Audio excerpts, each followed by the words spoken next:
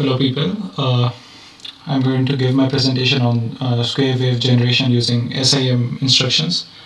So first of all, we'll go through the overview and then we're going to proceed towards the presentation. So the overview is we're going to first look at the utilities of generating a square waveform, and then we're going to move on towards the SIM commands, the kind of commands that we're going to give to SIM in order to generate a square waveform. I'm going to move on to main code, the main code where we write our code for delay generation and our commands to SIM. We'll move on to the kinds of delay generation that we can produce and how it depends on the clock speed of microprocessor. It depends on the frequency of the waveform that you want to produce. So we'll look into that. And the kinds of waveforms that you can create depending on the kinds of delays that you give. So let's get on with it. Utilities. So there are lots and lots of utilities, endless utilities. I'm going to name few of them just so that we can get an idea of what we are about to get our hands into, right? So lighthouses. You might have seen that lighthouses, the lights and lighthouses blink. So if they're not revolving, they're blinking just to notify the ships that yeah, there's a shore. So that's a square waveform sent to the light. Water fountains, it's not a square waveform, just it's a more advanced version of it. But yeah, it works on the same principle. Serial data transmission, satellites using traffic lights.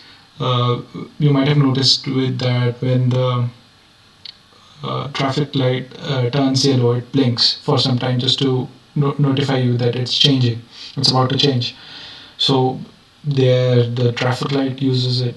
Vehicle indicators, they blink all the time. So you get the point, right? Square waveforms are present everywhere, and there's a lot of utility that it can provide to our daily life. So yeah, it's important stuff. So this is a diagram for SIM.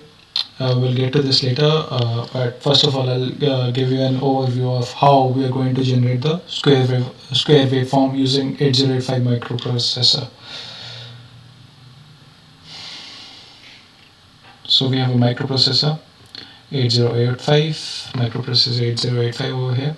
We're going to use the SOD pin in the set interrupt mask or the SIM to produce a binary waveform, excuse me. Yeah, and we're going to send it to a peripheral device, whatever that's requiring the waveform. So for our convenience, we're going to use a CRO display just so we can see the waveform in real time. CRO display, that is cathode ray oscilloscope, right? Because of connecting this, we're going to see a square waveform over here because our aim is to make square waveform. Just yeah. So we're sending 0 and 1s from the SOD, right? The SOD pin. So we're sending zeros and ones from the SOD pin, right? And you might remember that the only way an SOD pin can work is if the SDE pin allows it to work or not. So if the SDE pin is 1, then the input that is provided to SOD, or the output that SOD is giving. Yeah, the output, not the input. The output that SOD is giving matters. So it must be 1 all the time, right? If it's 0, then our serial output data doesn't matter. The full form of SOD is serial output data, right? And the rest of it, the masks and all, we're not going to use those, so they don't matter. They're all going to be 0. So this is the binary command for zeros and ones of SIM, right? So if we're going to send 0 through SOD, that is this one, it's going to report 0, right? That's basic. So the whole of this is in binary, right? We're going to have to convert it to hex because our microprocessor 8085 understands things in hex. So this whole thing converts to 4. This whole thing converts to 0. So this is 40 in hex, right? This whole thing converts to 12 in decimal, so it must be C in hex, and this is 0 again, so this is C0 in hex. Alright, so now we understand that if we want to send 0, then we must use this hex command, right? If we're going to feed a data in the SIM, the whole 8 data slots, then we must send this 40H if we want to feed 0, and C0 in hex if we're going to feed 1. So now we'll proceed to the main code.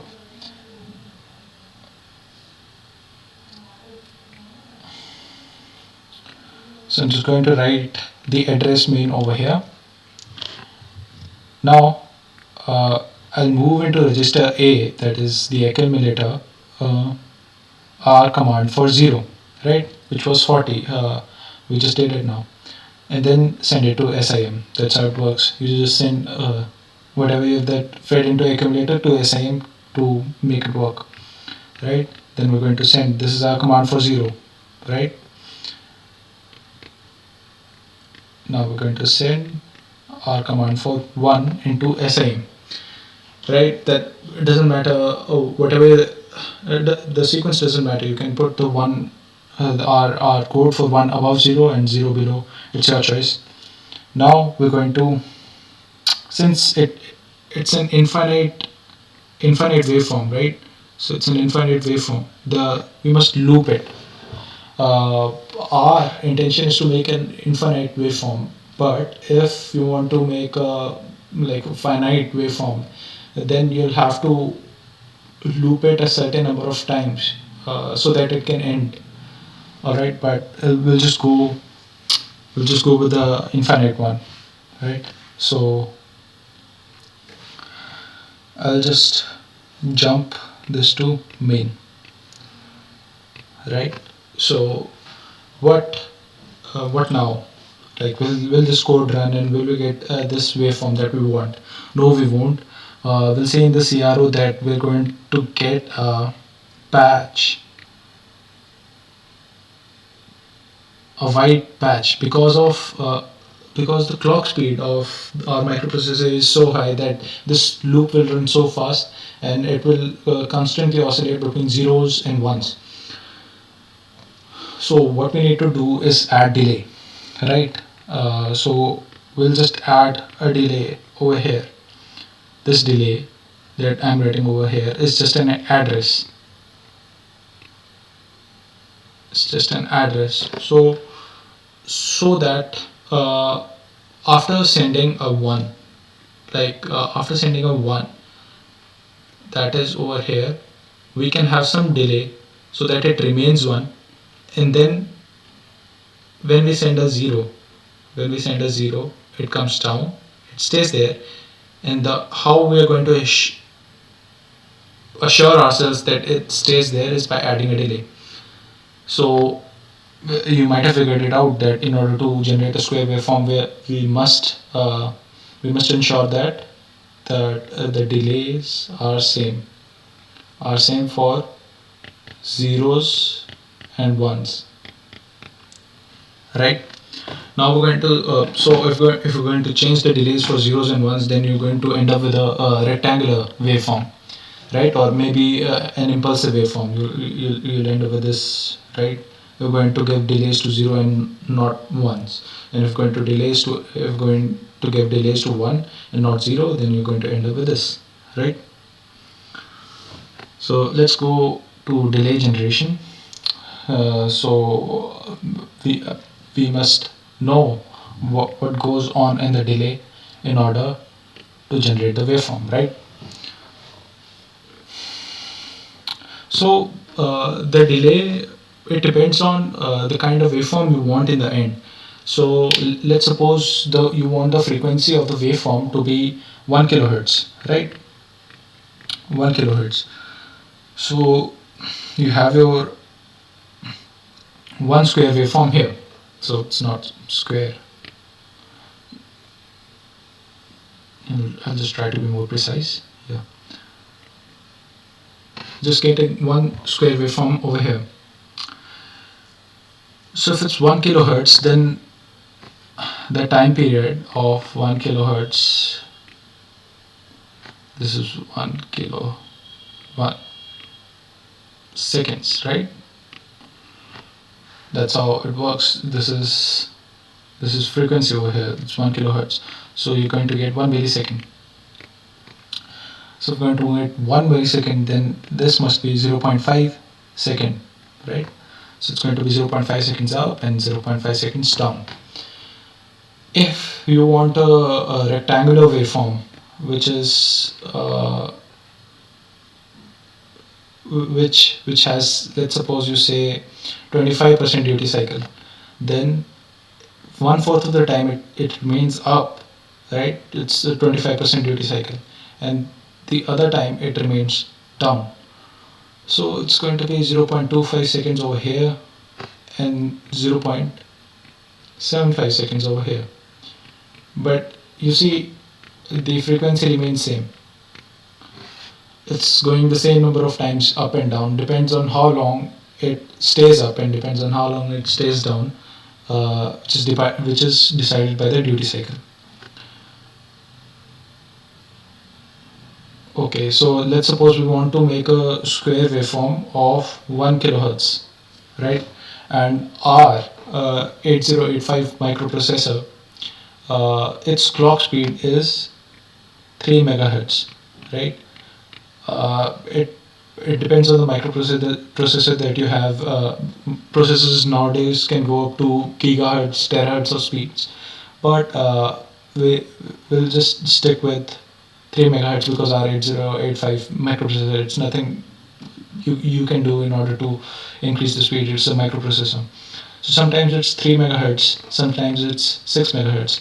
We're just going to go with 3.1, right? We're just going to take 3 megahertz as the speed.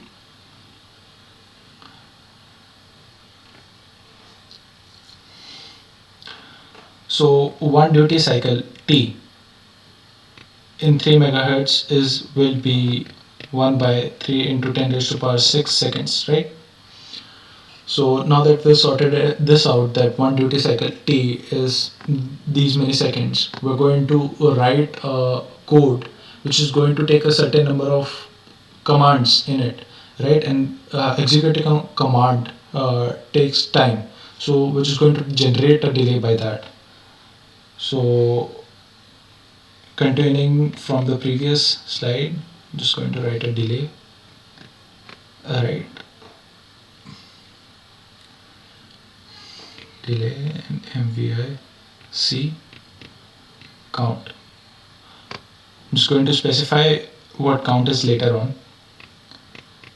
And this is DCR C will decrement whatever the count is. You will have to find what the count is depending on your clock speed of the computer and the kind of the frequency of the waveform that you want to have. So this is J and Z back, and this is back. So right, you're checking whether C has turned 0 or not depending on the count, and count will calculate later on how we get the count, and then you return the value, right? So whole of this code is going to take certain amount of time, right? This will take 7 duty cycles, this will take 4 duty cycles, and this whole thing is going to take 10 duty cycles if it's true. That is, if C is not 0, and if it's false, when it is false, then it will go to 7 duty cycles, right?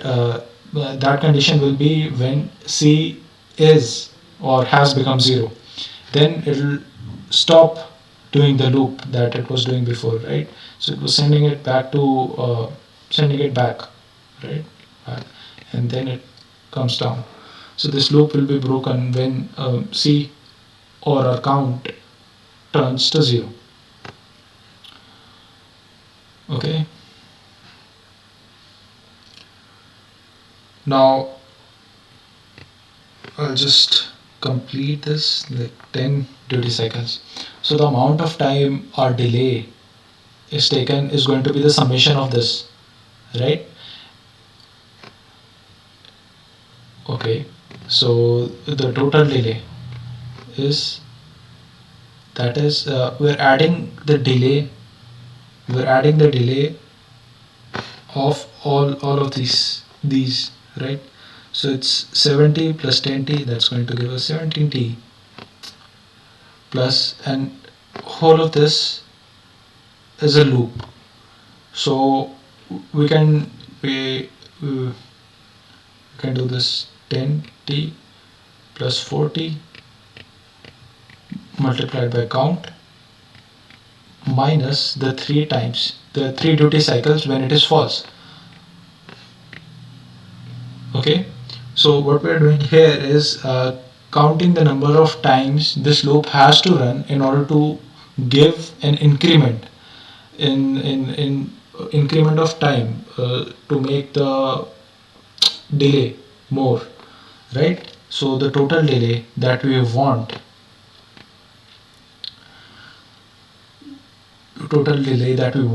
is 0.5 seconds, right? Because we want a square waveform and we want 0 to be for 0.5 seconds and 1 to be for 0.5 seconds.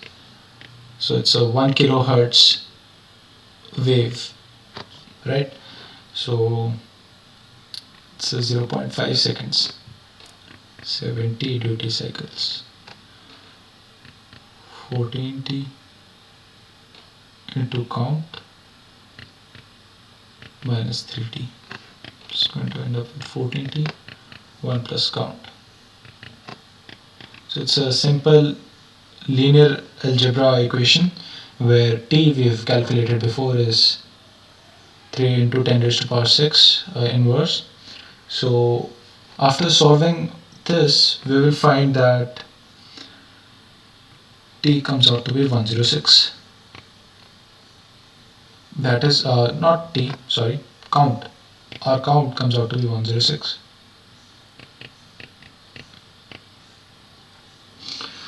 So now we know the number of times the loop has to run in order to generate a delay of 0.5 seconds, right? So depending on the kind of waveform that you want in the end, you're going to count the number of times that uh, the loop in your delay has to run in order to give you the amount of delay for which zeros and ones will be there, right?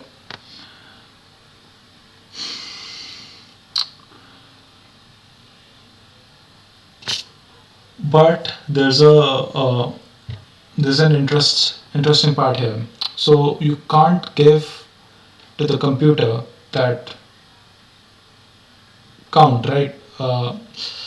You just can't give it in a decimal form. You've calculated this in a decimal form, so you'll have to inform the computer over here in hex. So you'll have to convert this in hex. How do you convert it in hex? You're just going to divide it by 16, right? 16 6 96. It's going to give you 10, and hence we have this question 6 and this remainder 10, which is a. So this is 6a. So if you're going to write 6 over here, not 106, because our microprocessor only understands hex, not decimal. Alright, so the whole code is going to look like, first of all, you're going to write this one, and going to write delay over here, and just this code you're going to write down below. All right, and since you know what kind of duty cycles, what are duty cycles, and how can you manipulate the square waveform and make it a rectangular waveform in the end, like you're giving 0.25 seconds over here and 0.75 seconds over here depending on the duty cycle that you want. You can create different kinds of waveforms in the end. So you can create a impulsive waveform like this. Just give no delay to 1 and give some delay to 0, so it won't, so the ones won't be there for long, right? And zeros will be there for a longer amount of time because you've given it some kind of delay. And if you want a waveform in which you have some amount of time there's 1 and a very little amount of time there's 0, then you're going to give an inverted impulsive form, waveform, right? So a lot of things that you can do with this, right? Depends on how you're going to use it. So these are the square waveforms by which you can use to get all the utilities that I showed you before, and yeah, use it for various different kinds of purposes. And hope this helps. Thank you.